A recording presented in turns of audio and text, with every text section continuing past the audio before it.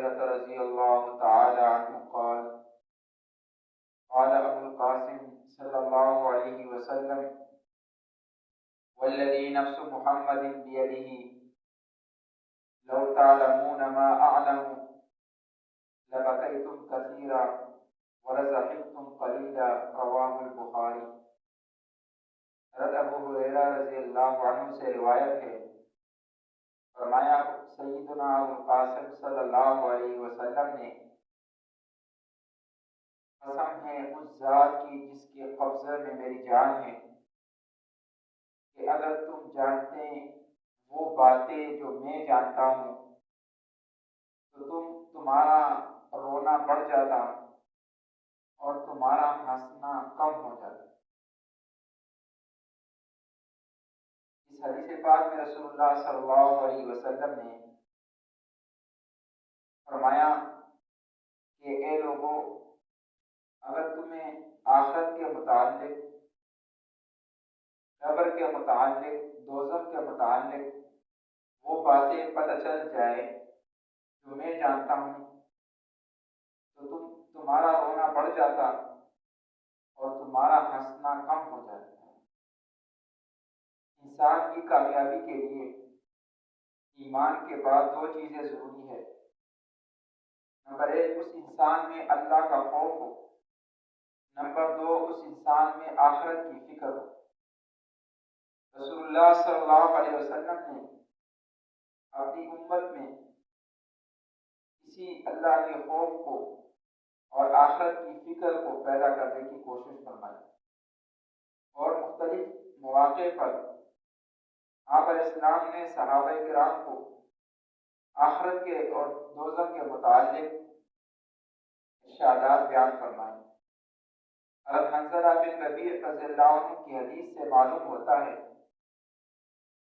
کہ اکثر آپ علیہ السلام کی مجلس کا موضوع آخرت اور اللہ کا خوف ہوا کرتا تھا، حتیٰ کہ جب ہم آپ کی مجلس میں بیٹھے ہوتے تھے تو ایسا محسوس ہوتا تھا گویا کہ جنت اور دوزخ کو ہم اپنی آنکھوں سے دیکھ رہے ہیں۔ اس حدیث میں حضرت ہریرہ نے اختصار سے بیان فرمایا۔ حضرت ابو ذر غفاری اس حدیث کو مفسر روایت کرتے ہیں، فرماتے ہیں کہ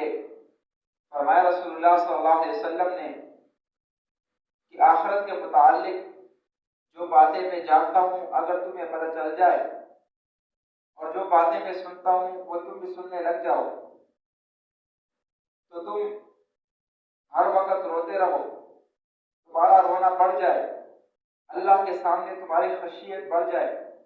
اور تمہارا ہنسنا کم ہو جائے۔ دنیا کی غفلتوں میں یہ غفلتیں تمہاری ختم ہو جائے، حتیٰ کہ تم بیوی کے پاس بھی جانے سے رک جاؤ اور تم اللہ سے آوزاری کرتے ہوئے جنگل کی طرف نکل پڑو، اللہ کی طرف آوزاری کرتے ہوئے جنگل کی طرف نکل پڑو اگر تمہیں آخرت کے متعلق باتیں پتہ چل جائے۔ لیکن چونکہ اللہ نے انسان کو خلیفہ بنایا ہے، اپنا نائب بنایا ہے، اس لیے آخرت کی، قبر کے متعلق جو باتیں اللہ انبیاء کرام کو بتاتا ہے، انبیاء کرام پہ ظاہر کرتا ہے، وہ ایک عام انسان کو معلوم نہیں ہوتی۔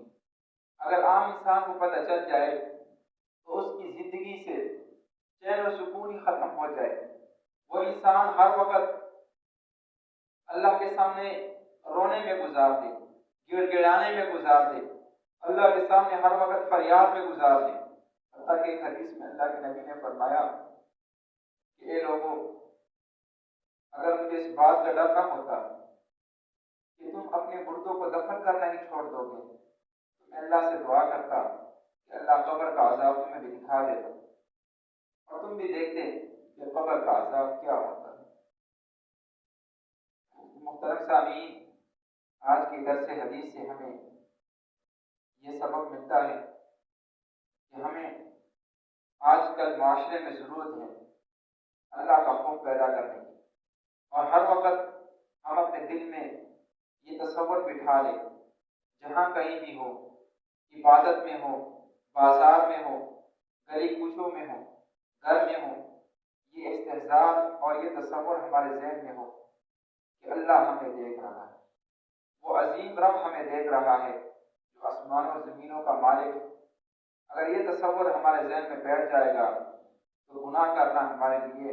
مشکل ہو جائے گا۔ اللہ سے دعا ہے کہ اللہ ہمیں عمل کرنے کی توفیق عطا فرمائے۔ وآخر دعوانا الحمد للہ رب العالمین۔